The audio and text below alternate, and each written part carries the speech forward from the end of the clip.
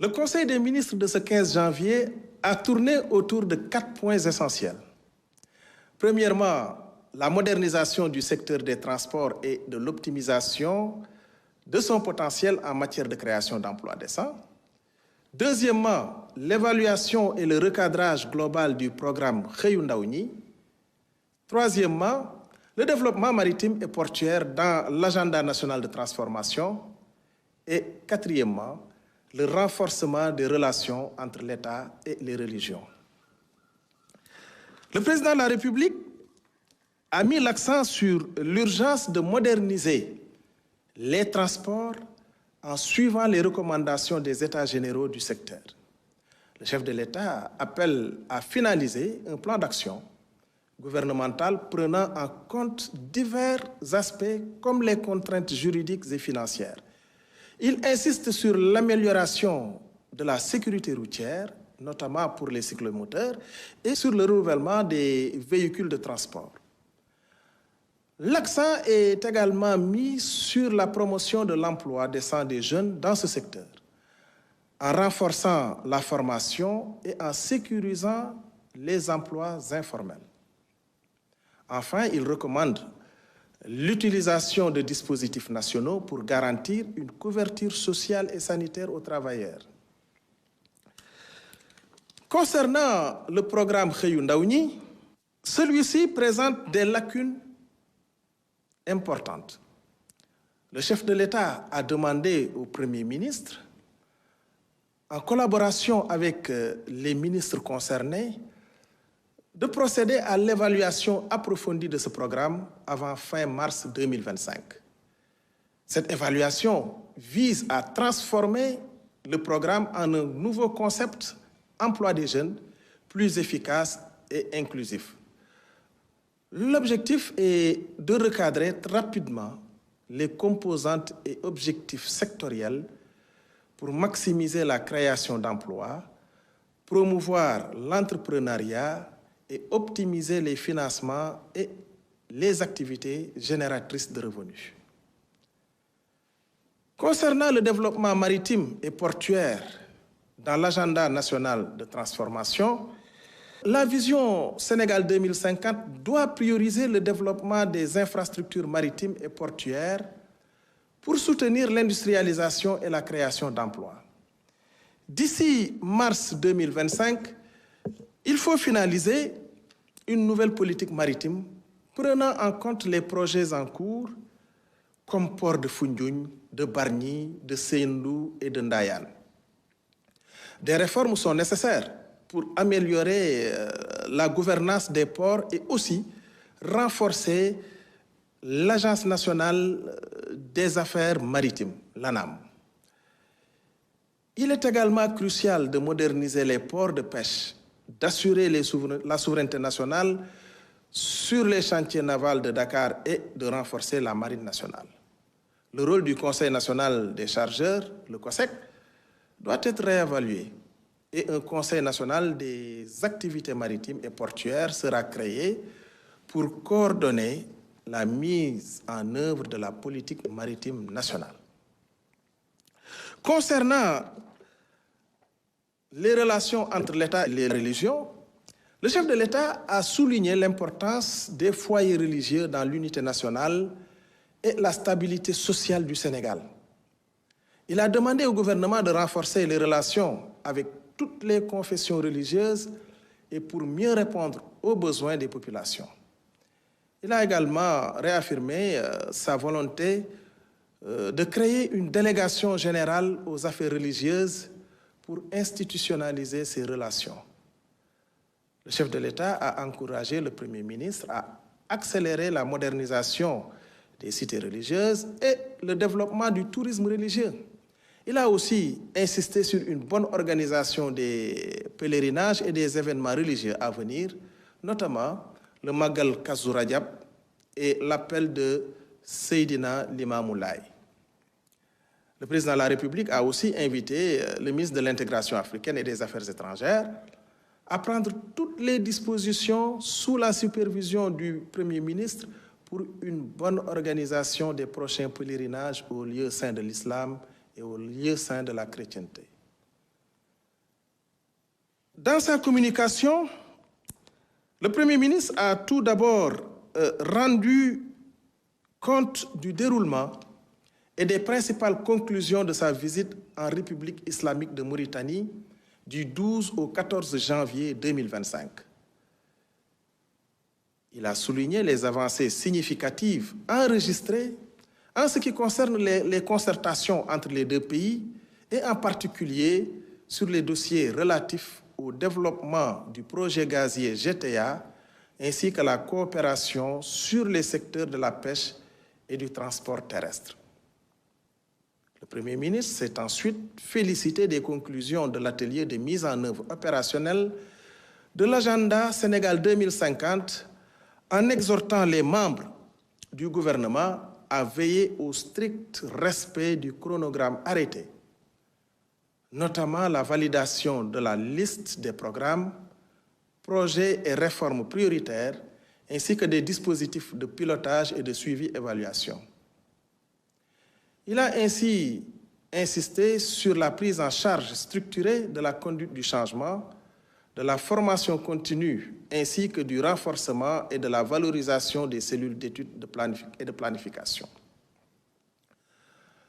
Revenant sur la nécessité d'un suivi minutieux des crédits budgétaires affectés aux dépenses d'investissement, dans l'attente de la maturation des programmes et projets prioritaires de la feuille de route 2025, du plan quinquennal 2025-2029, le Premier ministre a demandé au ministre des Finances et du Budget, en rapport avec le ministre de l'Économie, du Plan et de la Coopération et le ministre secrétaire général du gouvernement, de lui soumettre dans les plus brefs délais la liste des programmes et projets à retenir au titre des dépenses à engager au cours du premier trimestre 2025 en vue de leur approbation par le président de la République. Enfin, le Premier ministre a informé le Conseil, dans le cadre des mesures de réduction du train de vie de l'État, des nouvelles modalités qui encadreront désormais l'approbation des missions à l'étranger des agents de l'État. Je vous remercie de votre attention. Excellente soirée. Et au titre des mesures individuelles, le président de la République a pris les décisions suivantes. Au titre du ministère de l'Intégration africaine et des Affaires étrangères, M. Baye Mokhtar Diop, conseiller des Affaires étrangères, principal de classe exceptionnelle, matricule de solde 604-129B, précédemment ambassadeur du Sénégal en Belgique et nommé ambassadeur extraordinaire et plénipotentiaire du Sénégal auprès de son Excellence M. Emmanuel Macron, président de la République française, en remplacement de M. El Hadj Magatte Seye, appelé à d'autres fonctions. Monsieur El Hadj Magatte Seye, conseiller des Affaires étrangères, principal matricule de solde 515-893G, précédemment ambassadeur du Sénégal en France et nommé ambassadeur extraordinaire et plénipotentiaire du Sénégal auprès de son Excellence Monsieur Mohamed Ould Cheikh El Ghazouani, président de la République islamique de Mauritanie en remplacement de Monsieur Biram Mbagnick Diagne, appelé à d'autres fonctions. Monsieur Serigne Dieye, conseiller des Affaires étrangères principales, matricule de solde 518-082R, précédemment ambassadeur, directeur de cabinet du ministre de l'Intégration africaine et des Affaires étrangères, et nommé ambassadeur extraordinaire et plénipotentiaire du Sénégal auprès de son Excellence Monsieur Marcelo Rebelo de Sousa, président de la République portugaise, en remplacement de Madame Fatoumata Bintou Rassoul Correa, appelée à d'autres fonctions. Madame Mariam Sy, conseiller des Affaires étrangères principales, matricule de solde 514-789Z, précédemment ambassadeur du Sénégal en Espagne, est nommé ambassadeur extraordinaire et plénipotentiaire du Sénégal auprès de son Excellence M. Adama Barrow, président de la République de Gambie, en remplacement de M. Bassirou Sène, admis à faire valoir ses droits à une pension de retraite. Monsieur Bamba Kouré Diaye, conseiller des Affaires étrangères, principal, matricule de solde 513-808I, précédemment ambassadeur du Sénégal au Burkina Faso, est nommé ambassadeur extraordinaire et plénipotentiaire du Sénégal auprès de son Excellence Monsieur Abdelmadjid Tebboune, président de la République algérienne démocratique et populaire, en remplacement de M. Serine Dieye, appelé à d'autres fonctions. M. Amadou Nenendoy, conseiller des affaires étrangères principales, matricule de solde 606 903Z, précédemment ministre conseiller à l'ambassade du Sénégal à New Delhi, est nommé ambassadeur extraordinaire et plénipotentiaire du Sénégal auprès de son Excellence M. John Dramani Mahama, président de la République du Ghana, en remplacement de M. Aboubakar Sadir Bari, appelé à d'autres fonctions.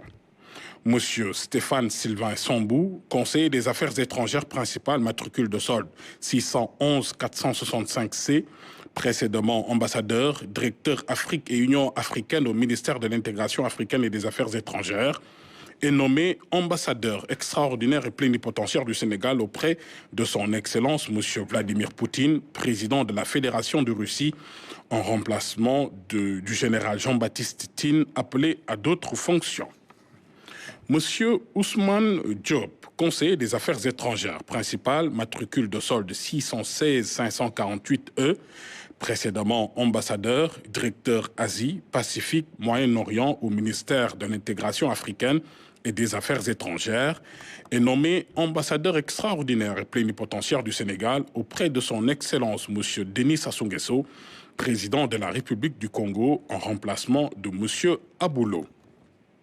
Monsieur Djibril Fofana, chancelier des affaires étrangères principales, matricule de solde 519 138G, est nommé consul général du Sénégal à Milan, en remplacement de Monsieur Mamadou Lamine Diouf.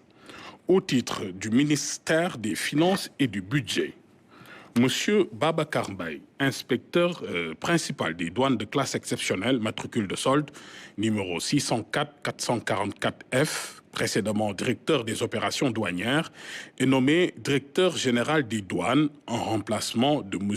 Mbaye Ndiaye, appelé à d'autres fonctions. M.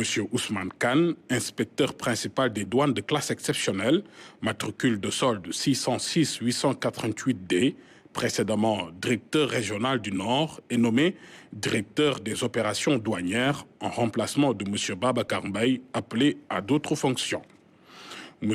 Papa Fall, inspecteur principal des douanes de classe exceptionnelle, matricule de solde 604 442H, précédemment directeur du contrôle interne de la douane, est nommé directeur de la réglementation et de la coopération internationale en remplacement de M. Pape Ndiaye, appelé à d'autres fonctions. M. Soulé Siré Bokoum, inspecteur principal des douanes, matricule de solde 611 491J, précédemment inspecteur des finances à l'IGF, est nommé directeur du contrôle interne de la douane en remplacement de M. Papa Fall, appelé à d'autres fonctions. M. Amidou Ndiaye, inspecteur principal des douanes de classe exceptionnelle, matricule de solde, numéro 606 880L, précédemment directeur du renseignement, de l'analyse du risque et de la valeur, est nommé directeur des systèmes d'information des douanes en remplacement de M. Abdourahmane Wad, appelé à d'autres fonctions. M. Ibrahim Faye, inspecteur principal des douanes de classe exceptionnelle, matricule de solde numéro 606 890M, précédemment directeur régional de Dakar Port, est nommé directeur du renseignement, de l'analyse du risque et de la valeur en remplacement de M. Amidou Ndiaye, appelé à d'autres fonctions. M. Ndiaga Soumaré, inspecteur principal des douanes de classe exceptionnelle, matricule de solde numéro 608 850K, précédemment chef du bureau des hydrocarbures à la direction des opérations douanières, est nommé directeur des enquêtes douanières en remplacement de M. Issagnan, appelé à d'autres fonctions. M. Malang Djedjou, inspecteur principal des douanes de classe exceptionnelle, matricule de solde numéro 608 859B, précédemment directeur régional du Sud, est nommé directeur de la facilitation et du partenariat avec l'entreprise en remplacement de M. Mohamedoun Oumar Ba, appelé à d'autres fonctions. M. Cheikh Diouf, inspecteur principal des douanes, matricule de solde numéro 624 497F, précédemment chef du bureau du personnel et de la gestion des carrières à la direction des ressources humaines, est nommé directeur régional du Sud en remplacement de M. Malang Djedjou, appelé à d'autres fonctions. M. Bourama Diémé, inspecteur principal des douanes, matricule de solde numéro 616-277I, précédemment directeur régional du Sud-Est, est nommé directeur régional de l'Ouest en remplacement de M. Ahmadou Choy, appelé à d'autres fonctions. M. Issa Ndiaye, inspecteur principal des douanes, matricule de solde numéro 611-433B, précédemment conseiller technique du directeur général des douanes, est nommé directeur régional du Sud-Est en remplacement de M. Bourama Diémé, appelé à d'autres fonctions. M. Saliou Diouf, inspecteur principal des douanes de classe exceptionnelle, matricule de solde numéro 608-856E, précédemment directeur régional du centre, est nommé directeur régional des unités maritimes en remplacement de M. Ousmane Faye, appelé à d'autres fonctions. M. Ibrahim Thiam, inspecteur principal des douanes, matricule de solde numéro 611-464D, précédemment chef du bureau particulier, est nommé directeur régional du centre en remplacement de M. Saliou Diouf, appelé à d'autres fonctions. Madame Farisen, inspecteur principal des douanes, matricule de solde numéro 611-452E, précédemment chef de la section contrôle en entreprise à la direction des enquêtes douanières, est nommé directeur de la logistique et des finances en remplacement de M. Abdoukhadre Djaïlanignan, appelé à d'autres fonctions. Monsieur Babacar Manning Fall, inspecteur principal des douanes de classe exceptionnelle, matricule de solde numéro 606-887E, précédemment chef du bureau des douanes de Dakar Port Sud à la direction des opérations douanières, est nommé directeur régional de Dakar Port en remplacement de M. Ibrahim Faye, appelé à d'autres fonctions. M. Mamadou Diamé, inspecteur principal des douanes, matricule de solde numéro 616-196M, précédemment chef du bureau de transit, transbordement et réexportation à la direction des opérations douanières, est nommé directeur régional des hydrocarbures en remplacement de M. Abdourahmane Ba, appelé à d'autres fonctions. Et enfin, M. Ahmadou Choy, inspecteur principal des douanes de classe exceptionnelle, matricule de solde numéro 606-906C, précédemment directeur régional